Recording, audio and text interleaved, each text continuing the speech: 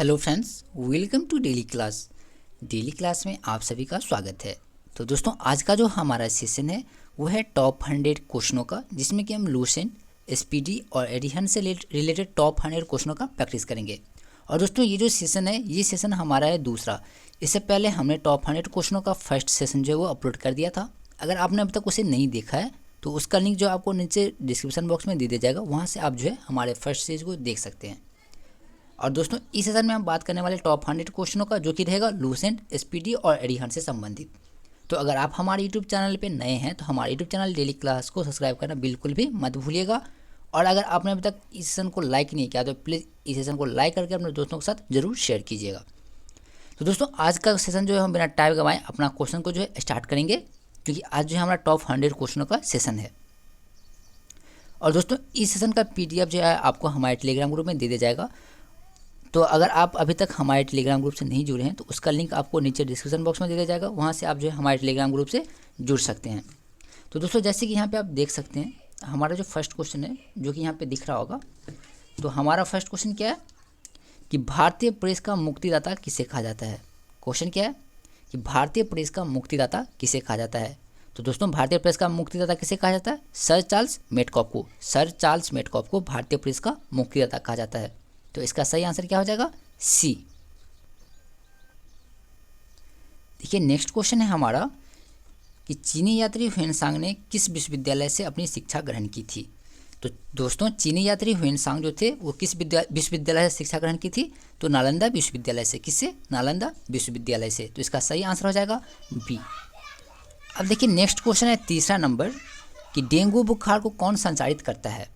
तो दोस्तों, डेंगू बुखार को कौन संचारित करता है? तो मादा एनोफिलीज मच्छर। तो मादा एनोफिलीज मच्छर जो है डेंगू बुखार को संचारित करता है। तो इसका सही ऑप्शन हो जाएगा बी। अब देखिए, यहाँ पे 4 नंबर क्वेश्चन है कि योग दर्शन के प्रतिपादक कौन है। तो दोस्तों, योग दर्शन के प्रतिपादक जो है वो कौन है? तो पतंजलि। कौन है? पतंजलि। पतंजलि योग दर्शन के प्रतिपादक है। तो इसका सही आंसर हो जाएगा बी। अब देखिए, 5वां नंबर क्वेश्चन है कि गोपथ ब्राह्मण का संबंध किस वेद से है। आरआरबी एनटीपीसी में पूछा गया क्वेश्चन है कि गोपथ ब्राह्मण का संबंध किस वेद से है। तो दोस्तों, किस वेद से है? अथर्ववेद से। किस वेद से? अथर्ववेद से। तो इसका सही आंसर क्या हो जाएगा? डी। डी जो है इसका सही आंसर होगा। अब देखिए, नेक्स्ट क्वेश्चन है 6 नंबर कि अष्टप्रधान का संबंध किससे है। यह क्वेश्चन बिहार पुलिस कांस्टेबल में पूछा जा चुका है कि अष्टप्रधान का संबंध जो है वो किससे है। तो दोस्तों, किससे? शिवाजी से। किससे? शिवाजी से। तो इसका सही ऑप्शन हो जाएगा बी। अब देखिए, 7 नंबर क्वेश्चन है कि स्वराज पार्टी के संस्थापक कौन थे। तो दोस्तों, स्वराज पार्टी के संस्थापक कौन थे? तो CR दास। CR दास स्वराज पार्टी के संस्थापक थे। तो दोस्तों, अगर आपने अभी तक इस सेशन को लाइक नहीं किया तो प्लीज़ इस सेशन को लाइक करके अपने दोस्तों के साथ जरूर शेयर कीजिएगा, ताकि वो भी इस सेशन से जुड़ सके। तो दोस्तों, स्वराज पार्टी के संस्थापक कौन थे? CR दास। अब देखिए, 8 नंबर क्वेश्चन है कि तारपीन का तेल जो है वो किससे प्राप्त किया जाता है। तो दोस्तों, तारपीन का तेल जो है किससे प्राप्त होता है? तो चीड़ के पेड़ से। किस पेड़ से?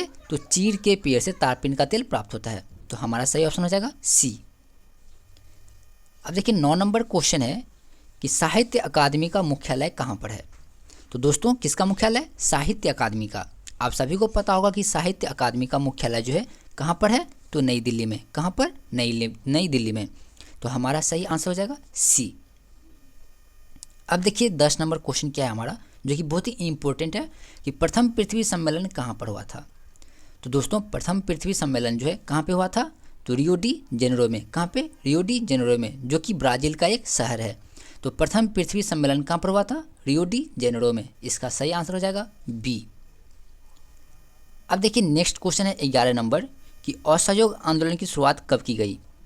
तो दोस्तों, असहयोग आंदोलन की शुरुआत जो है वो कब की गई थी? तो 1920 में। कब की गई थी? 1920 में। तो 1920 में किस आंदोलन की शुरुआत हुई थी? तो असहयोग आंदोलन की। किसकी? असहयोग आंदोलन की।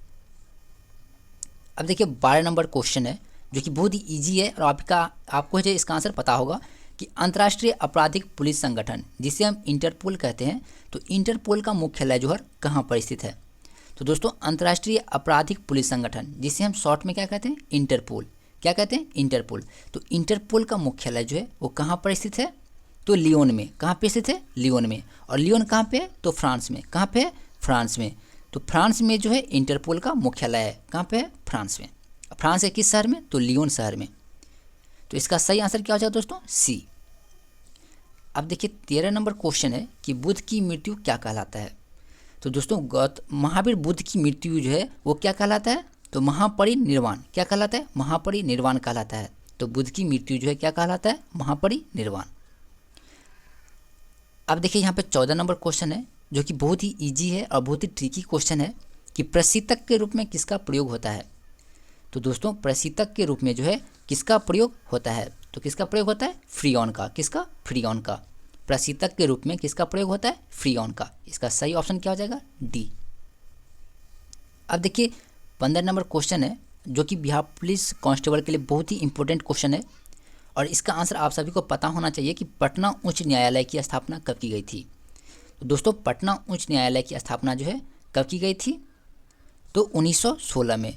यह क्वेश्चन जो है बिहार लेवल पे जितने भी एग्जाम होते हैं उन सब के लिए बहुत ही इंपॉर्टेंट है। तो इसको जो है आप भिभिया करके चलिएगा कि पटना उच्च न्यायालय की स्थापना कब की गई थी? 1916 में। कब हुआ था? 1916 में। अब देखिए 16 नंबर क्वेश्चन है कि बुद्धा स्मृति पार्क कहाँ पर स्थित है। क्वेश्चन क्या है दोस्तों कि बुद्धा स्मृति पार्क कहाँ पर स्थित है। तो दोस्तों कहाँ पे स्थित है? पटना में। तो पटना के रेलवे स्टेशन के बगल जो है बुद्धा स्मृति पार्क है। तो इसका सही आंसर क्या हो जाएगा? सी। बुद्धा स्मृति पार्क कहाँ पर है? पटना में। अब देखिए यहाँ पे क्वेश्चन है कि उर्वशी के लेखक कौन है। उर्वशी के लेखक जो है वो कौन है दोस्तों? तो रामधारी सिंह दिनकर। तो दोस्तों इस सेशन के आप एक भी क्वेश्चन को जो स्किप मत कीजिएगा क्योंकि सारे क्वेश्चन आपके एग्जाम के लिए बहुत ही इंपॉर्टेंट है। तो दोस्तों इसका पीडीएफ जो है आपको हमारे टेलीग्राम ग्रुप में भी दे दिया जाएगा। तो अगर आपने अभी तक हमारे टेलीग्राम ग्रुप से नहीं जुड़ा है तो उसका लिंक आपको नीचे डिस्क्रिप्शन बॉक्स में दे दिया गया है, तो वहाँ से आप जो है जुड़ सकते हैं। तो दोस्तों 17 का आंसर क्या हो जाएगा? डी। उर्वशी के लेखक कौन है? रामधारी सिंह दिनकर। अब देखिए यहाँ पे आपके लेवल का क्वेश्चन है और ये आपके एग्जाम के लिए बहुत ही महत्वपूर्ण है और ये आपको 1 नंबर दिलवा सकता है कि मुल्ला पेरियार बांध किस राज्य में है। तो दोस्तों मुल्ला पेरियार बांध जो है वो भारत के किस राज्य में? केरल राज्य में। ये क्वेश्चन इसलिए इंपॉर्टेंट है क्योंकि बिहार पुलिस कांस्टेबल में हर एक साल 3 से 4 क्वेश्चन जो है वो बांध से और नदी से जुड़े हुए क्वेश्चन होते हैं। तो इसीलिए ये क्वेश्चन आपके लिए बहुत ही इंपॉर्टेंट है कि मुल्ला पेरियार बांध किस राज्य में है? तो केरल राज्य में। किस राज्य में? केरल राज्य में। अब देखिए 19 नंबर क्वेश्चन है कि पानीपत की दूसरी लड़ाई किन दो के बीच लड़ी गई थी। क्वेश्चन क्या है दोस्तों? पानीपत की दूसरी लड़ाई किन दो के बीच लड़ी गई थी। तो जैसे कि मैं आपको बता दूं कि पानीपत की द्वितीय लड़ाई जो कब हुई थी? 1556 में। कब हुई थी? 1556 में। और किसके बीच हुआ था? हेमू और अकबर के बीच। किसके बीच? हेमू और अकबर के बीच जो है पानीपत की दूसरी लड़ाई हुई थी 1556 में। अब देखिए नेक्स्ट क्वेश्चन है 20 नंबर कि अंडमान एवं कार निकोबार द्वीप समूह को कौन सी चैनल अलग करती है। तो दोस्तों अंडमान एवं कार निकोबार द्वीप समूह को कौन सी चैनल अलग करती है? तो 10 डिग्री चैनल। कौन सी? 10 डिग्री चैनल जो है वो अलग करती है। तो इसका सही ऑप्शन क्या हो जाएगा? बी। अब देखिए यहाँ पे 21 नंबर क्वेश्चन है कि किस रक्त वर्ग में कोई एंटीबॉडी नहीं होता है। तो दोस्तों किस रक्त वर्ग में कोई भी एंटीबॉडी नहीं होता है? तो किस में नहीं होता है?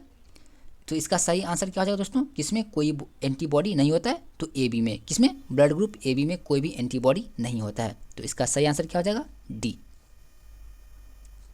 अब देखिए 22 नंबर क्वेश्चन है कि सर्वोच्च न्यायालय में कितने प्रकार की रिट जारी किया जाता है। तो सर्वोच्च न्यायालय जो है जिसे हम सुप्रीम कोर्ट होते हैं तो उसमें कितने प्रकार के रिट जारी होते हैं। तो दोस्तों कितने प्रकार के रिट जारी होते हैं? तो 5 प्रकार के। कितने प्रकार के? 5 प्रकार के। तो सर्वोच्च न्यायालय में कितने प्रकार के रिट जारी होते हैं? 5 प्रकार के। अब देखिए 23 नंबर क्वेश्चन है यहाँ पे जो कि बिहार पुलिस कांस्टेबल वालों के लिए और भी कई सारे एग्जाम होते हैं उस एग्जाम के लिए बहुत ही इंपॉर्टेंट है क्योंकि यह क्वेश्चन जो है किससे संबंधित है? अनुच्छेद से। तो भारतीय संविधान के अनुच्छेद से संबंधित क्वेश्चन है और ये क्वेश्चन अपने आप में बहुत ही इंपॉर्टेंट है क्योंकि यह क्वेश्चन दिल्ली पुलिस कांस्टेबल का जो एग्जाम हुआ था दिसंबर में उसमें पूछा जा चुका है कि कौन सा अनुच्छेद बच्चों को कारखाना में कार्य करने पर प्रतिबंध लगाता है। तो कौन सा अनुच्छेद जो है बच्चों को कारखाना में कार्य करने पर प्रतिबंध लगाता है, यानी बच्चों के शोषण से कौन सा अनुच्छेद संबंधित है। तो कौन सा अनुच्छेद दोस्तों? तो अनुच्छेद कौन सा? 24। अनुच्छेद 24। अनुच्छेद 24 जो है वो बच्चों के शोषण से संबंधित है। और दोस्तों यह क्वेश्चन बहुत ही इंपॉर्टेंट है क्योंकि यह जो है यानी जितने भी डिफेंस लेवल के एग्जाम होते हैं उन सब के लिए बहुत ही वीवीआई है। अब देखिए नेक्स्ट क्वेश्चन क्या है 24 नंबर कि प्रति 2 वर्षों के उपरांत राज्यसभा के कितने सदस्य सेवानिवृत्त हो जाते हैं। अब आपको बताना है कि प्रति 2 वर्षों के उपरांत राज्यसभा के कितने सदस्य जो है सेवानिवृत्त हो जाते हैं। तो दोस्तों कितने सदस्य सेवानिवृत्त हो जाते हैं, तो 1/3। तो राज्यसभा के 1/3 सांसद जो है यानी सदस्य जो है वो 2 वर्षों के बाद जो है सेवानिवृत्त हो जाते हैं। तो इसका सही आंसर हो जाएगा सी। अब यहाँ पे 25 नंबर है कि भारत में पुनः जजिया कर किसने लागू किया था। तो दोस्तों जजिया कर को जो है कौन बंद किया था, मुगल साम्राज्य अकबर ने। किसने, अकबर ने बंद किया था। पुनः जो है जजिया कर को किसने आरंभ किया, तो औरंगजेब ने। किसने आरंभ किया, औरंगजेब ने आरंभ किया था। तो अकबर के बंद करने के बाद औरंगजेब ने इसे पुनः स्टार्ट कर दिया। तो इसका सही आंसर क्या हो जाएगा, डी। अब देखिए बहुत ही इजी क्वेश्चन है आप सभी के लिए कि भारत में मीठे पानी का सबसे बड़ी झील कौन सी है। तो दोस्तों भारत में मीठे पानी की सबसे बड़ी झील है बुलर झील। अब सभी को पता होगा कि इसका आंसर क्या हो जाएगा, बुलर झील। तो भारत में मीठे पानी की सबसे बड़ी झील है बुलर झील। तो इसका सही ऑप्शन हो जाएगा बी। अब देखिए 27 नंबर है कि मानव विकास रिपोर्ट कौन प्रकाशित करता है। दोस्तों अब आपको बताना है कि मानव विकास रिपोर्ट जो है वो निम्नलिखित में से कौन प्रकाशित करता है। तो कौन प्रकाशित करता है, यूएनडीपी। कौन करता है, यूएनडीपी। तो इसका सही आंसर हो जाएगा सी। मानव विकास रिपोर्ट कौन प्रकाशित करता है, यूएनडीपी। अब देखिए आप लोगों के लिए अभी तक का सबसे इजी क्वेश्चन कि कपड़ा धोने के सोडे का रासायनिक सूत्र क्या है। दोस्तों इस क्वेश्चन के साथ साथ अगर आपने अभी तक इस सेशन को लाइक नहीं किया तो प्लीज़ इस सेशन को लाइक करके अपने दोस्तों के साथ जरूर शेयर कीजिएगा ताकि वो भी इस सेशन से जुड़ सके और 100 क्वेश्चनों का प्रैक्टिस कर सके। तो दोस्तों इसमें जो हम कम से कम 130 क्वेश्चनों को जो है सॉल्व करेंगे जो कि हमारे एग्जाम के लिए बहुत ही महत्वपूर्ण होगा। तो दोस्तों आपको जल्दी से इसका आंसर बताना है कि कपड़े धोने का सोडा का रासायनिक सूत्र क्या होता है। तो दोस्तों क्या होता है इसका रासायनिक सूत्र, जल्दी से कमेंट कीजिए क्या होगा, Na2CO3। बिल्कुल सही जवाब रहा, Na2CO3 जो है कपड़े धोने के सोडे का रासायनिक सूत्र होता है। अब देखिए 29 नंबर क्वेश्चन है कि महात्मा गांधी ने किस वर्ष भारतीय राष्ट्रीय कांग्रेस के अध्यक्ष बने। अगर आपने हमारा पिछला क्लास अटेंड किया होगा तो इन सब का आंसर जो आपको पहले से ही पता होगा कि महात्मा गांधी किस वर्ष भारतीय राष्ट्रीय कांग्रेस के अध्यक्ष बने थे। तो दोस्तों कब बने थे, तो 1924 में। कब बने थे, 1924 में। तो महात्मा गांधी भारतीय राष्ट्रीय कांग्रेस के अध्यक्ष कब बने, 1924 में। अब 30 नंबर क्वेश्चन है यहाँ पे कि भारत छोड़ो आंदोलन के समय भारत का वायसराय कौन था। तो दोस्तों भारत छोड़ो आंदोलन के समय भारत का वायसराय कौन था, तो लॉर्ड लिनलिथगो। कौन थे, लॉर्ड लिनलिथगो। तो भारत छोड़ो आंदोलन के समय भारत के वायसराय कौन थे, लॉर्ड लिनलिथगो। तो इसका सही ऑप्शन क्या हो जाएगा, बी। देखिए अब यहाँ पे क्या है, बहुत ही इंपॉर्टेंट क्वेश्चन है कि रावी नदी का वैदिक नाम क्या था। दोस्तों रावी नदी का वैदिक नाम जो है क्या है, तो रावी नदी का वैदिक नाम है परुशनी। क्या नाम है, परुशनी। रावी नदी का वैदिक नाम क्या है, परुशनी। तो इसका सही ऑप्शन हो जाएगा सी। अब देखिए यहाँ पे 32 नंबर क्वेश्चन है हमारा कि रंजीत सिंह एवं लॉर्ड मिंटो के बीच कौन सी संधि हुई थी। किसके बीच दोस्तों, तो रंजीत सिंह और लॉर्ड मिंटो के बीच कौन सी संधि हुई थी। तो दोस्तों कौन सी संधि हुई थी, अमृतसर की संधि। कौन सी संधि हुई थी, अमृतसर की संधि। तो इसका सही ऑप्शन क्या हो जाएगा, बी। और दोस्तों ये सेशन जो है आपको बिहार पुलिस एसआई और कांस्टेबल दोनों के लिए बहुत ही यूजफुल है, तो इसे थोड़ा भी आप स्किप मत कीजिएगा। अब देखिए नेक्स्ट क्वेश्चन है यहाँ पे, भारत के किस राज्य को देवभूमि के नाम से जाना जाता है। तो दोस्तों भारत के किस राज्य को देवभूमि के नाम से जाना जाता है। तो दोस्तों किसको देवभूमि के नाम से जाना जाता है, तो उत्तराखंड को। किसको, उत्तराखंड को। उत्तराखंड को देवभूमि के नाम से जाना जाता है। तो इसका सही आंसर क्या हो जाएगा, बी। इसका सही आंसर क्या हो जाएगा दोस्तों, बी जो है इसका सही आंसर हो जाएगा कि किस राज्य को देवभूमि के नाम से जानते हैं, तो उत्तराखंड को। अब देखिए 34 नंबर क्वेश्चन है कि जांघ की हड्डी को क्या कहा जाता है। तो दोस्तों जांघ में जो हड्डी होती है उसे क्या कहा जाता है, तो उसे क्या कहा जाता है, तो फीमर। क्या कहा जाता है, फीमर कहा जाता है। जांघ की जो हड्डी होता है उसे क्या कहते हैं, फीमर कहते हैं। अब देखिए अभी तक का सबसे इजी क्वेश्चन, क्योंकि यह क्वेश्चन हम लोगों ने बचपन में भी पढ़ा था कि नींबू में कौन सा अम्ल पाया जाता है। तो दोस्तों ये बचपन का क्वेश्चन है और आप सभी को इसका आंसर जो है पता होना चाहिए कि नींबू में कौन सा अम्ल पाया जाता है। तो नींबू में कौन सा अम्ल पाया जाता है, तो सैट्रिक अम्ल। कौन सा, सैट्रिक अम्ल। नींबू में सैट्रिक अम्ल पाया जाता है। तो इसका सही आंसर क्या हो जाएगा, ए। नींबू में कौन सा अम्ल पाया जाता है, सैट्रिक अम्ल। अब देखिए नेक्स्ट क्वेश्चन है, राजा राम मोहन राय ने हिंदू कॉलेज की स्थापना कब की थी। अब आपको बताना है कि राजा राम मोहन राय ने हिंदू कॉलेज की स्थापना जो है कब की थी। तो दोस्तों हिंदू कॉलेज की स्थापना किसने की थी? राजा राम मोहन राय ने। और कब की थी? तो 1857 में। कब की थी? 1857 में।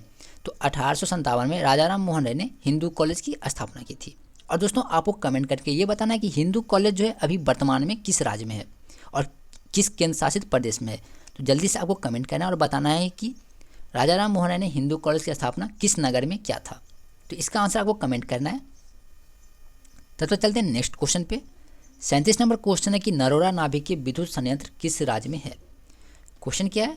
37 नंबर क्वेश्चन है हमारा, नरोरा नाभिक के विद्युत संयंत्र किस राज्य में है। तो दोस्तों किस राज्य में है?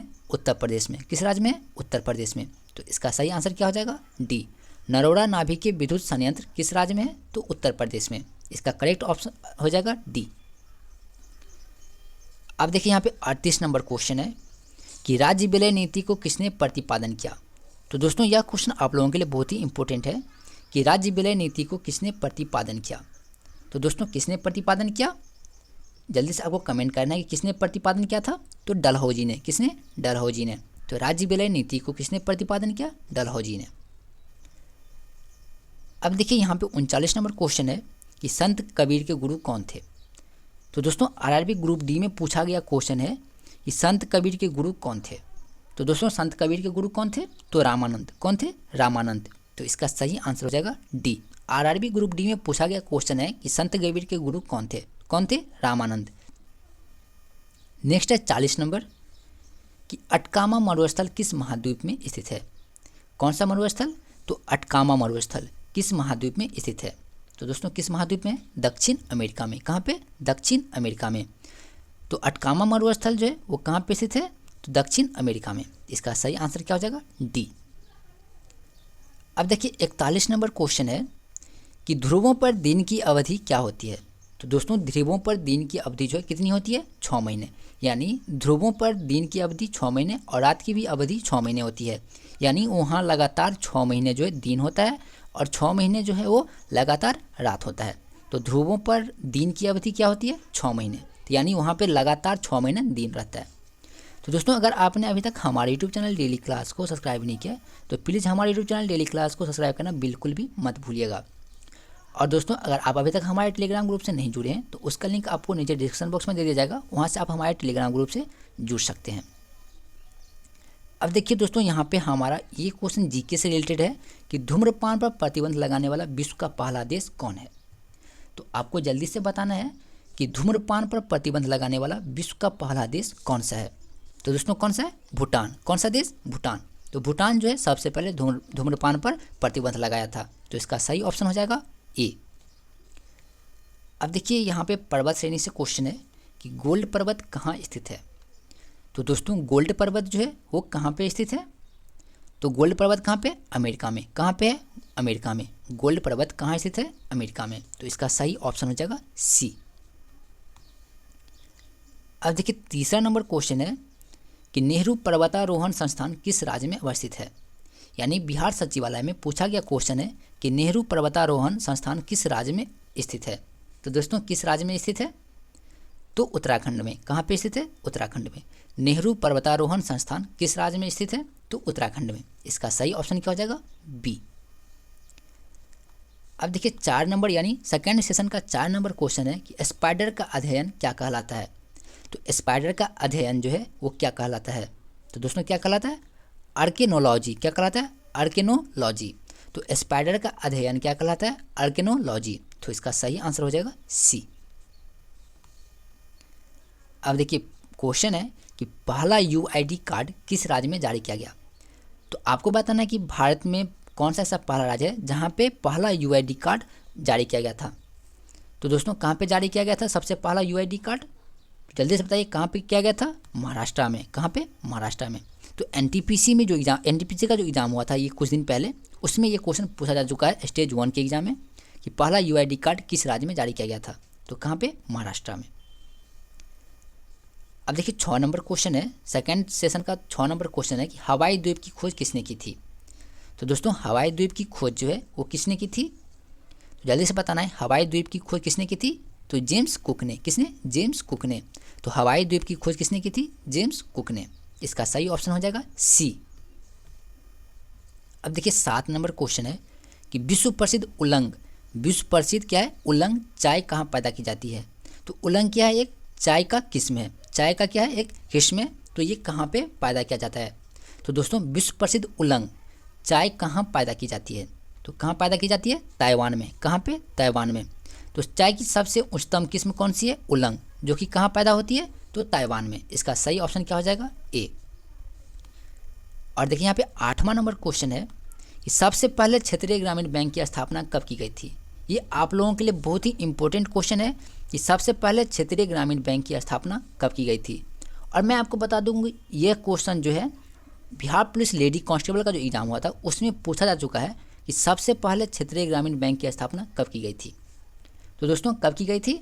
1975 में। 1975 में सबसे पहले क्षेत्रीय ग्रामीण बैंक की स्थापना कब की गई थी? 1975 में। अब देखिए 9 नंबर क्वेश्चन क्या है? 9 नंबर क्वेश्चन है मनी प्लांट किस भारतीय बैंक का एटीएम नेटवर्क है? कौन सा? तो मनी प्लांट। तो मनी प्लांट किस भारतीय बैंक का एटीएम नेटवर्क है? तो दोस्तों इसका सही आंसर जो है क्या हो जाएगा? तो कर्नाटका बैंक का। किस बैंक का? कर्नाटका बैंक का। तो मनी प्लांट जो है किस भारतीय बैंक का एटीएम नेटवर्क है? तो कर्नाटका बैंक का। इसका सही आंसर क्या हो जाएगा? डी। अब देखिए 10 नंबर क्वेश्चन है कि राष्ट्रीय कृषि बीमा योजना कब लागू की गई थी? यह क्वेश्चन आप लोगों के लिए बहुत ही पुराना है क्योंकि यह क्वेश्चन जो है बीपीएसएससी में जो है 2007 में पूछा जा चुका है कि राष्ट्रीय कृषि बीमा योजना की यानी योजना कब लागू की गई थी। तो दोस्तों राष्ट्रीय कृषि बीमा योजना जो है कब लागू की गई थी? तो 1999 में। 1999 में। तो राष्ट्रीय कृषि बीमा योजना जो है कब लागू की गई थी? 1999 में। तो इसका सही आंसर क्या हो जाएगा? सी। इसका सही आंसर क्या होगा? सी। अब देखिए 11 नंबर क्वेश्चन है कि बिग पशु थ्योरी किसने दी थी? अब आपको बताना है कि बिग पशु थ्योरी, तो बिग पशु थ्योरी देने वाले कौन थे? तो दोस्तों बिग पशु थ्योरी किसने दिया था? आर रॉडन ने। किसने? आर रॉडन ने बिग पशु थ्योरी दिया था। तो इसका सही आंसर क्या होगा? ए। तो दोस्तों अगर आपने अभी तक इस सेशन को लाइक नहीं किया तो प्लीज़ इस सेशन को लाइक कीजिए और अपने दोस्तों के साथ ज़रूर शेयर कीजिए। और अगर आप हमारे यूट्यूब चैनल पर नए हैं तो हमारे यूट्यूब चैनल डेली क्लास को सब्सक्राइब करना बिल्कुल भी मत भूलिएगा। और दोस्तों ये जो है हमारा टॉप 100 क्वेश्चनों का कौन सा सीरीज है? सेकेंड सीरीज है। जैसे कि हम लोगों ने पहले ही बात कर लिया था कि ये हमारा सेकेंड सीरीज है और हमारा फर्स्ट सीरीज जो है वो हमारे यूट्यूब पे अपलोड किया जा चुका है। तो अगर आपने अभी तक फर्स्ट सीरीज को नहीं देखा है तो उसका भी लिंक आपको नीचे डिस्क्रिप्शन बॉक्स में दे दिया जाएगा, वहाँ से आप जो है देख सकते हो फर्स्ट सीरीज को, या नहीं तो ऊपर आई बटन पर क्लिक करके भी आप हमारे फर्स्ट सीरीज को देख सकते हो। तो दोस्तों चलते हैं नेक्स्ट क्वेश्चन की तरफ। नेक्स्ट क्वेश्चन है हमारा कि इंडियन एसोसिएशन का कांग्रेस में विलय कब हुआ था? क्वेश्चन क्या है कि इंडियन एसोसिएशन का कांग्रेस में विलय कब हुआ था? तो दोस्तों कब हुआ था? तो इसका सही आंसर क्या हो जाएगा? 1886 में। और जैसे कि मैं आपको बता दूं कि भारतीय राष्ट्रीय कांग्रेस की स्थापना जो है वो कब हुआ था? 1885 में। और आप लोगों के लिए बहुत ही इंपॉर्टेंट क्वेश्चन कि बीजेपी का स्थापना जो है वो कब हुआ था? 1980 में। कब हुआ था? 1980 में। देखिए कांग्रेस की स्थापना हुई थी 1885 में और बीजेपी की हुई थी 1980 में। तो ये जो बीजेपी वाला क्वेश्चन है वो आप लोगों के लिए बहुत ही इंपॉर्टेंट है क्योंकि ये जितने भी 4 साल से एग्जाम हो रहे हैं, वन डे जितने भी एग्जाम होते हैं, उन सब में ये क्वेश्चन अपने आप में बहुत ही इंपॉर्टेंट है कि बीजेपी का स्थापना जो है किस वर्ष हुआ था। तो दोस्तों किस वर्ष हुआ था? 1980 में। तो ये क्वेश्चन जो है आप लोगों के लिए बहुत ही महत्वपूर्ण है। तो लेकिन यहाँ पे हमारा क्वेश्चन क्या था कि इंडियन एसोसिएशन का कांग्रेस में विलय कब हुआ था? तो 1886 में। कब हुआ था? 1886 में।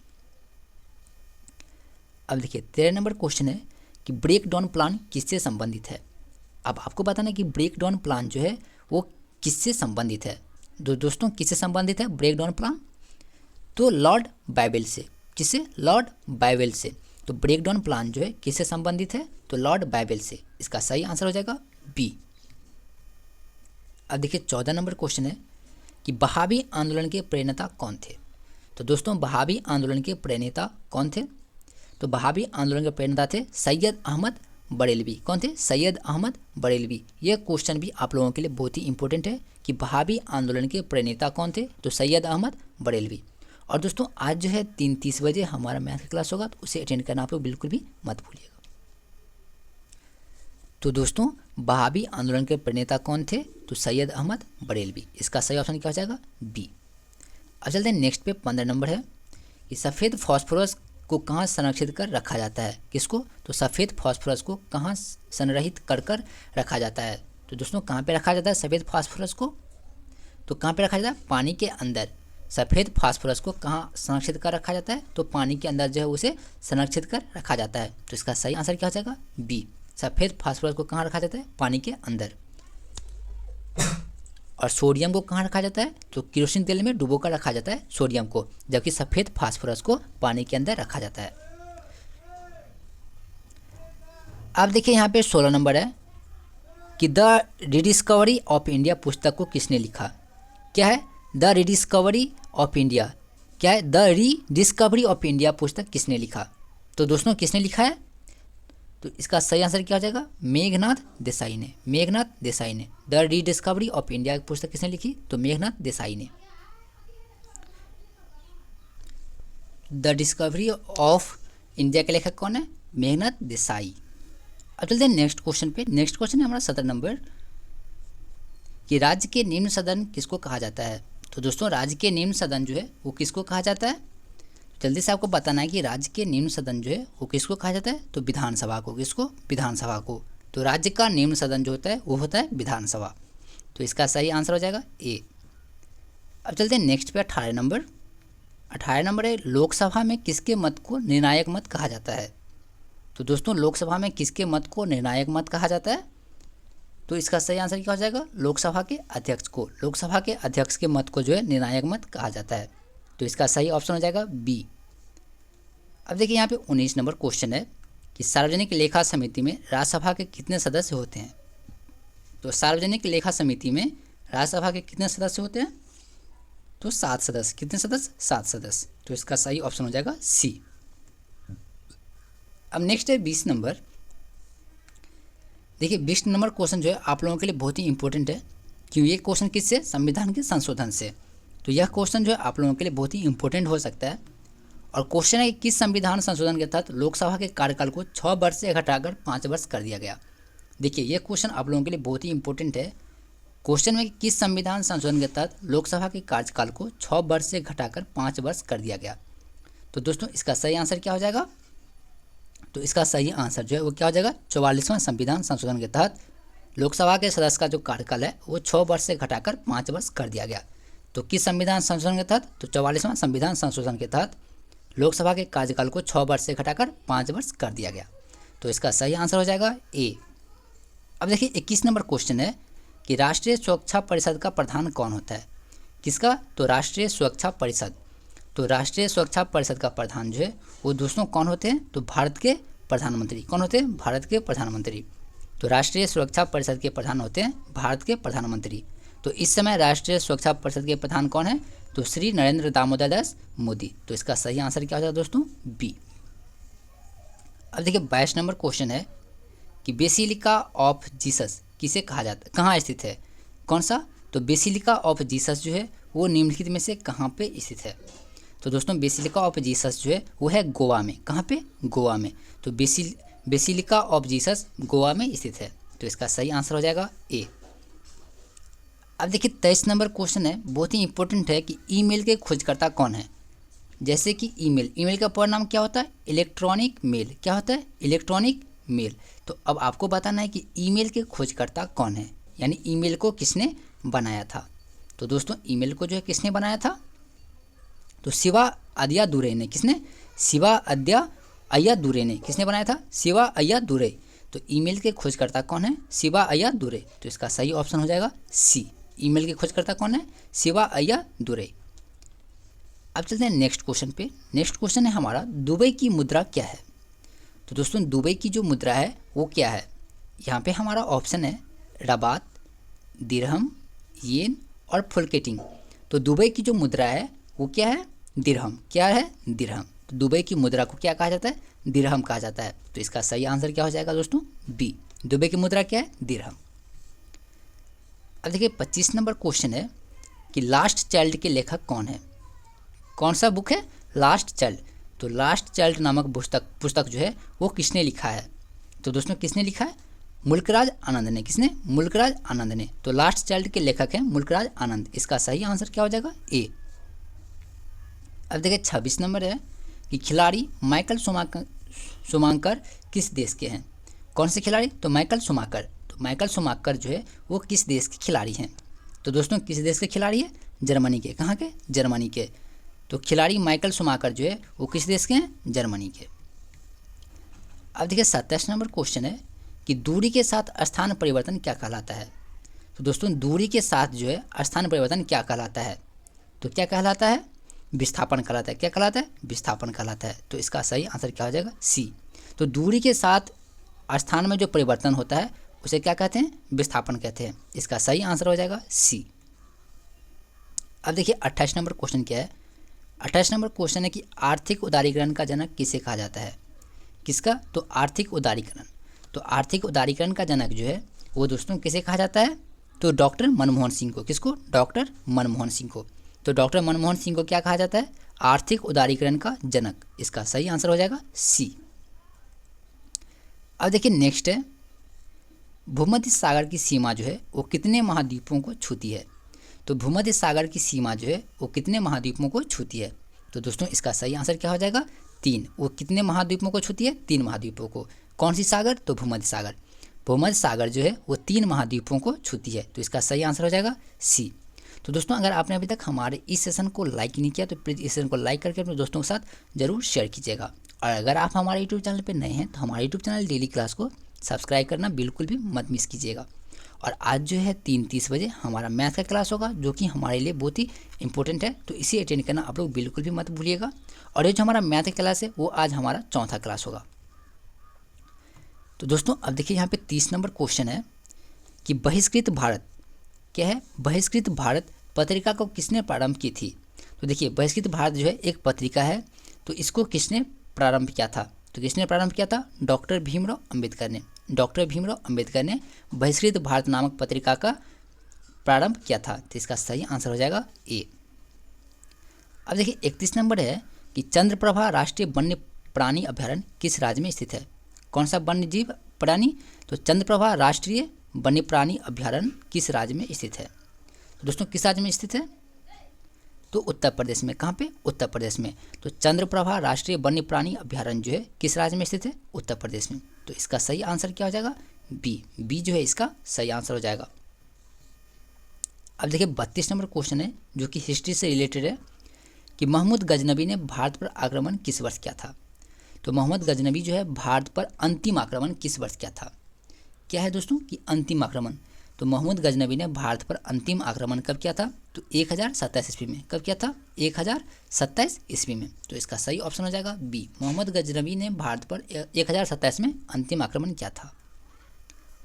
अब देखिए 33 नंबर है कि व्यावसायिक कर किसके द्वारा लगाया जाता है?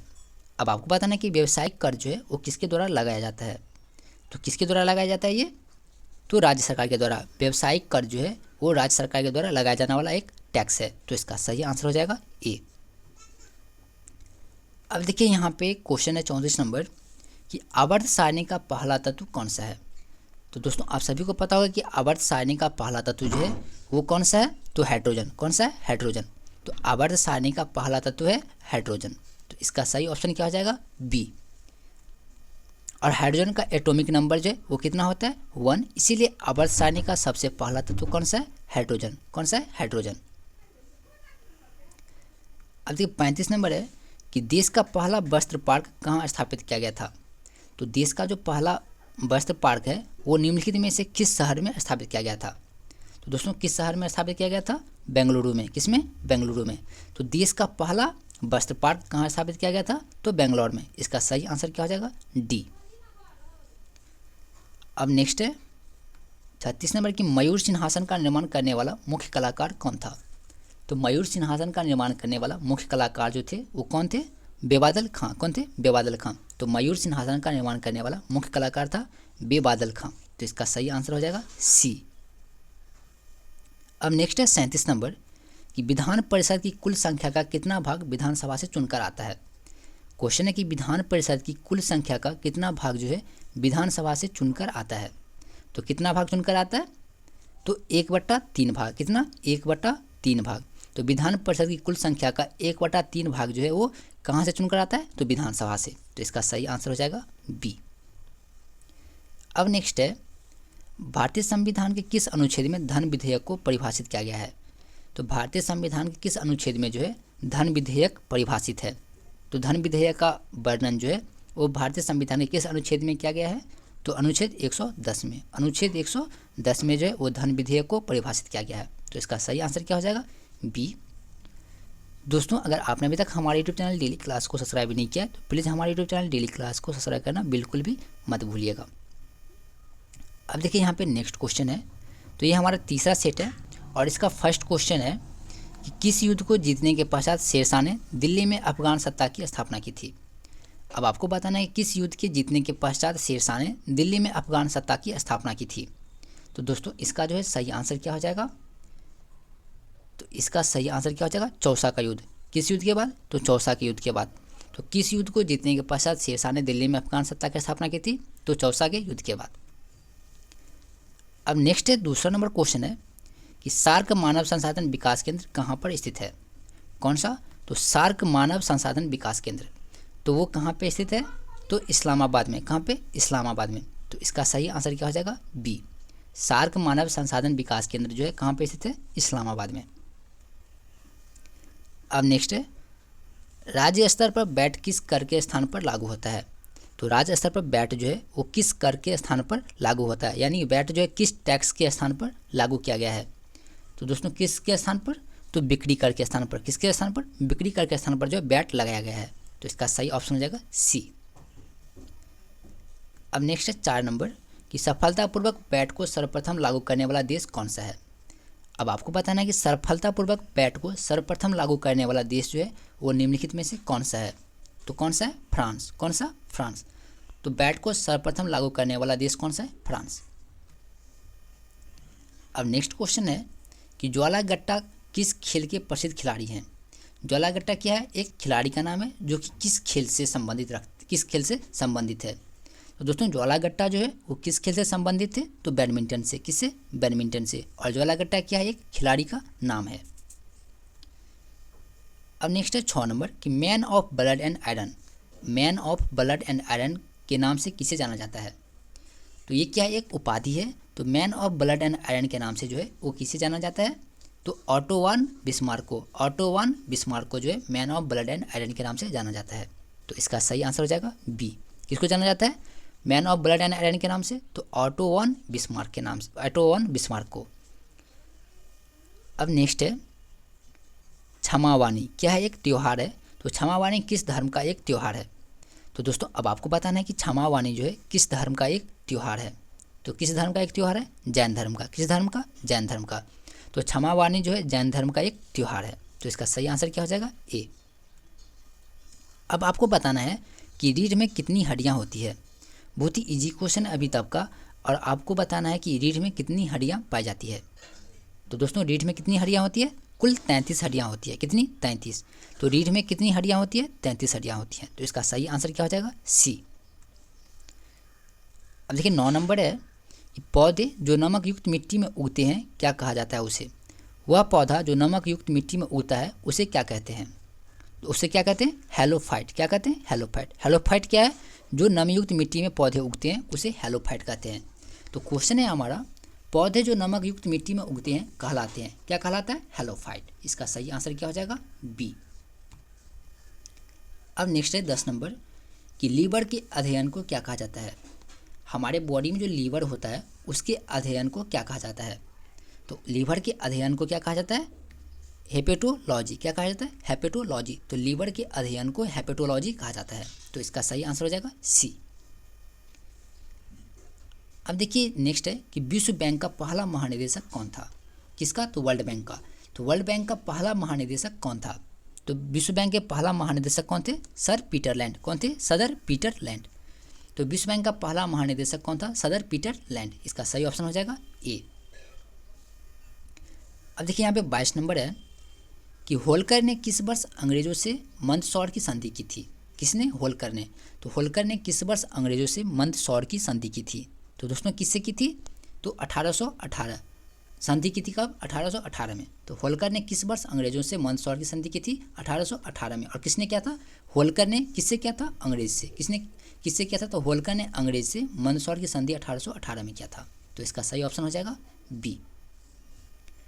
अब देखिए 13 नंबर है, किस प्रकाशीय यंत्र द्वारा मेघों की दिशा एवं गति को मापा जाता है? तो किस प्रकाशीय यंत्र द्वारा मेघों की दिशा एवं गति को मापा जाता है? यानी मेघ मतलब बादल, ठीक है।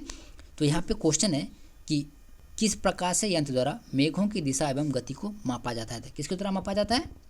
तो नेफोमीटर के द्वारा। किसके द्वारा? नेफोमीटर के द्वारा। यह क्वेश्चन आपके ही लेवल का है, तो इसको आप थोड़ा भी मिस मत कीजिएगा कि किस प्रकार से यंत्र द्वारा मेघों की दिशा एवं गति को मापा जाता है? तो नेफोमीटर के द्वारा। इसका सही आंसर क्या हो जाएगा? सी। अब नेक्स्ट है 14 नंबर क्वेश्चन है कि इंडियन टेलीफोन इंडस्ट्रीज कहाँ स्थित है? कौन सा? तो इंडियन टेलीफोन इंडस्ट्रीज। तो अब आपको बताना है कि इंडियन टेलीफोन इंडस्ट्रीज जो है वो निम्नलिखित में से किस शहर में स्थित है? तो कहाँ पे स्थित है ये? तो बेंगलोर में। कहाँ पे? बेंगलोर में। तो इंडियन टेलीफोन इंडस्ट्रीज जो है कहाँ पे स्थित है? बेंगलोर में। इसका सही आंसर क्या हो जाएगा? ए। अब बेंगलोर कहाँ पे? किस राज्य में? कर्नाटक राज्य में। तो इंडियन टेलीफोन इंडस्ट्रीज बेंगलोर में स्थित है। अब देखिए यहाँ पे 15 नंबर क्वेश्चन है कि राष्ट्रीय मानवाधिकार आयोग का गठन किस वर्ष किया गया था? तो किसका? राष्ट्रीय मानवाधिकार आयोग। तो दोस्तों राष्ट्रीय मानवाधिकार आयोग का गठन जो है वो कब किया गया था? तो 1993 में। इस क्वेश्चन को हमने पिछली क्लास में भी प्रैक्टिस किया था कि राष्ट्रीय मानवाधिकार आयोग का गठन जो है वो कब किया गया था? 1993 में। तो इसका सही आंसर हो जाएगा बी। अब नेक्स्ट है 16 नंबर कि उच्च न्यायालय के अधिकार क्षेत्र को बढ़ाने घटाने का अधिकार किसको प्राप्त है? क्वेश्चन है कि उच्च न्यायालय यानी हाईकोर्ट के अधिकार क्षेत्र को बढ़ाने और घटाने का अधिकार जो है वो निम्नलिखित में से किसको प्राप्त है? तो दोस्तों किसको प्राप्त है वो? तो संसद को। किसको? संसद को। तो उच्च न्यायालय के अधिकार क्षेत्र को बढ़ाने और घटाने का अधिकार जो है संसद को प्राप्त है। तो इसका सही आंसर क्या हो जाएगा? डी। अब यहाँ पे 17 नंबर क्वेश्चन है कि बीमा क्षेत्र का विनियमन कौन करता है? तो बीमा क्षेत्र का विनियमन जो है वो निम्नलिखित में से कौन करता है? तो कौन करता है? IRDA। कौन करता है? IRDA। तो बीमा क्षेत्र का विनियमन कौन करता है? IRDA। अब देखिए यहाँ पे 18 नंबर क्वेश्चन है कि श्वेत कोयला किसे कहा जाता है? ये RRB ग्रुप डी में पूछा गया क्वेश्चन है कि श्वेत कोयला जो है वो किसे कहा जाता है? तो दोस्तों श्वेत कोयला किसे कहा जाता है? जल विद्युत को। किसको? जल विद्युत को। तो श्वेत कोयला जो है किसे कहा जाता है? जल विद्युत को। अब 19 नंबर है कि दिल्ली हाईकोर्ट की पहली मुख्य न्यायाधीश कौन बनी? अब आपको बताना है कि दिल्ली हाईकोर्ट की पहली मुख्य न्यायाधीश कौन बनी? दोस्तों पहली मुख्य न्यायाधीश कौन बनी थी दिल्ली हाईकोर्ट की? तो गोरला रोहानी। कौन बनी थी? गोरला रोहानी। गोरला रोहानी कौन थी? दिल्ली हाईकोर्ट की पहली मुख्य न्यायाधीश थी, यानी पहली चीफ जस्टिस थी कहाँ की? दिल्ली हाईकोर्ट की। तो इसका सही आंसर क्या हो जाएगा? सी। अब 20 नंबर क्वेश्चन है कि कथा सरित सागर पुस्तक के रचयिता कौन है? किसके? तो कथा सरित सागर। कथा सरित सागर क्या? एक पुस्तक है। तो इसके रचयिता कौन है? तो दोस्तों इसके रचयिता कौन है? तो सोमदेव। कौन है? सोमदेव। तो सोमदेव ने कथा सरित सागर नामक पुस्तक की रचना की थी। तो इसका सही आंसर हो जाएगा डी। अब देखिए 21 नंबर क्वेश्चन है कि पर्यावरण के अध्ययन को क्या कहा जाता है? तो दोस्तों पर्यावरण के अध्ययन को क्या कहा जाता है? तो इकोलॉजी। क्या कहा जाता है? इकोलॉजी। इकोलॉजी किसको कहा जाता है? पर्यावरण के अध्ययन को। तो पर्यावरण के अध्ययन को क्या कहा जाता है? इकोलॉजी। तो हमारा ऑप्शन सी जो है वो बिल्कुल सही हो जाएगा। अब नेक्स्ट है 22 नंबर कि पैन नंबर देने की संस्तुति किस समिति ने की थी? तो पैन नंबर देने की संस्तुति जो है वो किस समिति ने की थी? तो यहाँ पे हमारा ऑप्शन है बलवंत राय समिति, गुलजारी लाल समिति, रघुराजन समिति और महावीर त्यागी समिति। तो यहाँ पे हमारा क्वेश्चन है कि पैन नंबर देने की संस्तुति किस समिति ने की थी? तो दोस्तों किस समिति ने की थी? तो महावीर त्यागी समिति ने। किसने? महावीर त्यागी समिति ने। तो इसका सही ऑप्शन हो जाएगा डी। पैन नंबर देने की संस्तुति किस समिति ने की थी? महावीर त्यागी समिति ने। तो दोस्तों ये क्वेश्चन जो है SBI का जो क्लर्क का एग्जाम होता है उसमें पूछा जा चुका है कि पैन नंबर देने की संस्तुति किस समिति ने की थी? तो महावीर त्यागी समिति ने। तो इसका सही आंसर हो जाएगा डी। और MTS में भी पूछा जा चुका क्वेश्चन है कि पैन नंबर देने की संस्तुति किस समिति ने की थी? महावीर ने। और SSC और CBI दोनों में पूछा गया ये क्वेश्चन है। अब नेक्स्ट है 23 नंबर, आसियान दिवस किस तिथि को मनाया जाता है? कौन सा दिवस? तो आसियान दिवस। तो दोस्तों आसियान दिवस जो है वो मनाया जाता है 8 अगस्त को। कब मनाया जाता है? 8 अगस्त को आसियान दिवस मनाया जाता है। तो इसका सही आंसर हो जाएगा बी। अब देखिए बहुत ही सिंपल और बहुत ही इजी क्वेश्चन है कि ओजोन का रासायनिक सूत्र क्या होता है। आप सभी को पता होगा कि ओजोन का रासायनिक सूत्र जो है वो क्या होता है। तो देखिए दोस्तों यहाँ पे तो ओनली ओ दिख रहा है और उसके नीचे क्या है, 2 है, 5 है, 3 है, 6 है। तो अब आपको बताना है कि ओजोन का रासायनिक सूत्र जो है वो क्या होता है। तो दोस्तों ओजोन का जो रासायनिक सूत्र होता है वो क्या हो जाता है, तो O3 क्या होता है, O3। जबकि O2 जो है किसका होता है, ऑक्सीजन का। O2 किसका होता है, ऑक्सीजन का। जबकि ओजोन का रासायनिक सूत्र क्या होता है, O3 क्या होता है, O3। तो दोस्तों यहाँ पे हमारा क्वेश्चन है कि ओजोन का रासायनिक सूत्र क्या है, तो O3। इसका सही आंसर हो जाएगा बी। अब नेक्स्ट है सल्तनत काल में सदका क्या था। तो दोस्तों सल्तनत काल में सदका जो है क्या था, तो एक धार्मिक कर था। क्या था, एक धार्मिक कर था। तो सल्तनत काल में सदका एक धार्मिक कर था। तो इसका सही ऑप्शन हो जाएगा ए। अब देखिए 26 है कि सन्यासी विद्रोह कहाँ पर हुआ था। तो दोस्तों अब आपको बताना है कि सन्यासी विद्रोह जो है वो कहाँ पर हुआ था। तो जल्दी से कमेंट कीजिए और इसका आंसर बताइए कि सन्यासी विद्रोह जो है कहाँ पर हुआ था। तो दोस्तों यह विद्रोह जो है हुआ था बंगाल में। कहाँ पे, बंगाल में। तो सन्यासी विद्रोह बंगाल में हुआ था। इसका सही ऑप्शन हो जाएगा ए। अब नेक्स्ट है 27 नंबर कि अखिल भारतीय किसान सभा के प्रथम अध्यक्ष कौन थे। किसके, तो अखिल भारतीय किसान सभा के प्रथम अध्यक्ष कौन थे। तो दोस्तों अखिल भारतीय किसान सभा के प्रथम अध्यक्ष जो थे वो कौन थे, स्वामी सदानंद। कौन थे, स्वामी सदानंद जो थे वो अखिल भारतीय किसान सभा के प्रथम अध्यक्ष थे। तो इसका सही आंसर हो जाएगा ए। अब देखिए कोचीन का जुड़वा नगर कौन सा है।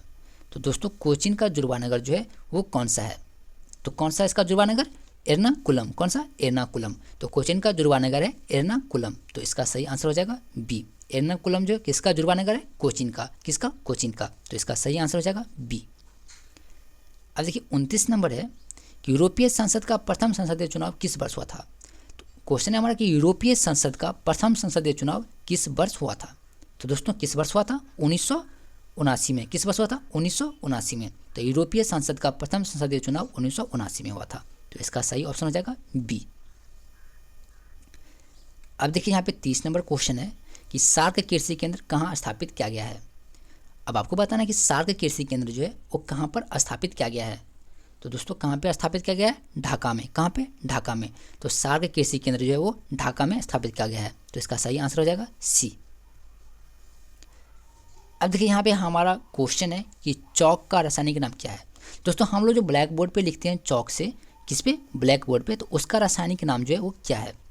तो दोस्तों चौक का रासायनिक नाम जो है वो क्या होता है, कैल्शियम कार्बोनेट। क्या होता है, कैल्शियम कार्बोनेट। तो चौक का रासायनिक नाम है कैल्शियम कार्बोनेट। तो इसका सही ऑप्शन हो जाएगा सी। अब देखिए यहाँ पे 32 नंबर है कि 13 ताली किस राज्य का प्रमुख लोक नृत्य है। 13 ताली क्या है, एक लोक नृत्य है जो कि किस राज्य का एक प्रमुख लोक नृत्य है। तो दोस्तों 13 ताली जो है किस राज्य का एक प्रमुख लोक नृत्य है, तो राजस्थान का। कहाँ का, राजस्थान का। 13 ताली राजस्थान का एक प्रमुख लोक नृत्य है। अब नेक्स्ट क्वेश्चन है हमारा 33 नंबर कि विश्व साक्षरता दिवस कब मनाया जाता है। क्वेश्चन क्या है, विश्व साक्षरता दिवस किस तिथि को मनाया जाता है। तो आप सभी को पता होगा कि विश्व साक्षरता दिवस जो है किस तिथि को मनाया जाता है, तो 8 सितंबर को। कब मनाया जाता है, 8 सितंबर को। तो विश्व साक्षरता दिवस जो है वो 8 सितंबर को मनाया जाता है हर एक साल। अब नेक्स्ट क्वेश्चन है इंस्टीट्यूट ऑफ लाइफ साइंस। तो इंस्टीट्यूट ऑफ लाइफ साइंस जो है वो कहाँ पे स्थित है। यह क्वेश्चन जो है आप लोगों के लिए बहुत ही इंपॉर्टेंट है कि इंस्टीट्यूट ऑफ लाइफ साइंस कहाँ पे स्थित है। तो दोस्तों कहाँ पे स्थित है इंस्टीट्यूट ऑफ लाइफ साइंस, तो भुवनेश्वर में। कहाँ पे, भुवनेश्वर में। और भुवनेश्वर किस राज्य में, उड़ीसा में। तो इंस्टीट्यूट ऑफ लाइफ साइंस जो है वो कहाँ पे स्थित है, भुवनेश्वर में। तो इसका सही आंसर हो जाएगा बी।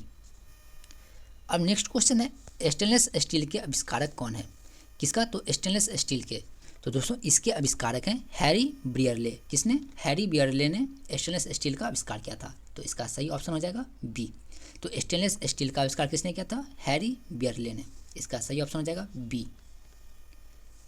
अब देखिए 36 नंबर क्वेश्चन है कि चांद बीबी का विवाह किसके साथ हुआ था। किसका, तो चांद बीबी का। चांद बीबी का विवाह जो है वो किसके साथ हुआ था, तो आदिल शाह के साथ। किसके साथ, आदिल शाह के साथ। तो हमारा सही ऑप्शन क्या हो जाएगा, ए। क्या हो जाएगा सही ऑप्शन, ए। अब देखिए 37 नंबर है कि बौद्ध स्थल ताबो मठ कहाँ अवस्थित है। बौद्ध स्थल कौन सा, ताबो मठ। ताबो मठ क्या एक बौद्ध का स्थल है जो कि कहाँ पे स्थित है। तो दोस्तों ताबो मठ जो है वो कहाँ पे स्थित है, हिमाचल प्रदेश में। कहाँ पे, हिमाचल प्रदेश में। तो बौद्ध स्थल ताबो मठ हिमाचल प्रदेश में स्थित है। अब देखिए यहाँ पे क्वेश्चन है कि डाक टिकट संग्रह का शौक क्या कहलाता है। अगर किसी को डाक टिकट को संग्रह करने का शौक है यानी इकट्ठा करने का शौक है तो उसे क्या कहा जाता है। तो दोस्तों डाक टिकट के संग्रह करने का जो शौक होता है उसे क्या कहा जाता है, फिलाटेली। क्या कहा जाता है, फिलाटेली कहा जाता है। तो इसका सही ऑप्शन क्या हो जाएगा, बी। तो दोस्तों अगर आपने अभी तक इस सेशन को लाइक नहीं किया तो प्लीज़ इस सेशन को लाइक करके अपने दोस्तों के साथ जरूर शेयर कीजिएगा। और इस सेशन का पीडीएफ जो है हमारे टेलीग्राम ग्रुप में मिलेगा। तो अगर आप हमारे टेलीग्राम ग्रुप से नहीं जुड़े हैं तो उसका लिंक आपको नीचे डिस्क्रिप्शन बॉक्स में दे दिया जाएगा, वहाँ से आप हमारे टेलीग्राम ग्रुप से जुड़ सकते हैं। अब देखिए दोस्तों हमारा जो सौरमंडल से रिलेटेड क्वेश्चन है कि कौन सा ग्रह हरे प्रकाश को उत्सर्जित करता है। अब आपको बताना है कि कौन सा ग्रह जो है हरे प्रकाश को उत्सर्जित करता है। तो अगर आपने हमारे पिछली क्लास को अटेंड किया होगा तो आपको जो इस 120 प्लस क्वेश्चन में जो है कम से कम 90 प्लस क्वेश्चन जो है आपको प्रैक्टिस हो गया होगा, क्योंकि 90 प्लस क्वेश्चन जो हमने पिछली कक्षा में भी प्रैक्टिस किए थे। तो दोस्तों अब जो है हमारा नेक्स्ट क्वेश्चन है क्या है, कौन सा ग्रह हरे प्रकाश को उत्सर्जित करता है। तो दोस्तों इसका सही आंसर क्या हो जाएगा, तो वरुण। कौन सा, वरुण, जिसे हम क्या कहते हैं, नेपच्यून कहते हैं। तो कौन सा ग्रह हरे प्रकाश को उत्सर्जित करता है, तो वरुण। इसका सही आंसर क्या हो जाएगा, बी। अब देखिए नेक्स्ट क्वेश्चन है कि हवाई द्वीप समूह किस महासागर में स्थित है। अब आपको बताना है कि हवाई द्वीप जो है किस महासागर में स्थित है। तो दोस्तों हवाई द्वीप समूह किस महासागर में स्थित है, तो प्रशांत महासागर में। किस महासागर में, प्रशांत महासागर में। तो इसका सही आंसर क्या हो जाएगा, सी। इसका सही आंसर क्या हो जाएगा, सी। तो दोस्तों आज के लिए बस इतना ही। आई होप कि आपको ये वीडियो अच्छा लगा होगा, तो इसे अपने दोस्तों के साथ जरूर शेयर कीजिएगा। और दोस्तों आज जो है हमारा क्लास है 3:30 में मैथ का, तो इसे अटेंड करना बिल्कुल भी मत भूलिएगा। और ये मैथ का क्लास जो हमारा चौथा सेशन होगा, क्योंकि हमने 4 दिन पहले क्लास को अटेंड किया, तो रोज़ हम एक एक क्लास को अटेंड करते हैं। तो आज हमारा चौथा सेशन है, तो इसे अटेंड करना बिल्कुल भी मत भूलिएगा।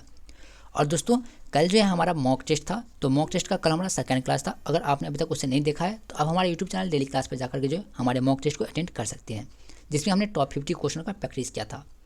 और इससे पहले हमारा क्लास था 9 बजे। अगर आपने 9 बजे क्लास को नहीं देखा, जिसमें हमने साइंस के टॉप 50 क्वेश्चनों का प्रैक्टिस किए थे, तो उसका भी लिंक जो आपको आई बटन पे दे दिया जाएगा या जो नीचे डिस्क्रिप्शन बॉक्स में मिल जाएगा, तो वहाँ से आप देख सकते हैं। तो दोस्तों अब जो है हम मिलेंगे कब, तो 3:30 बजे मैथ की क्लास के साथ। तो दोस्तों चलते हैं, मिलेंगे मैथ की क्लास में।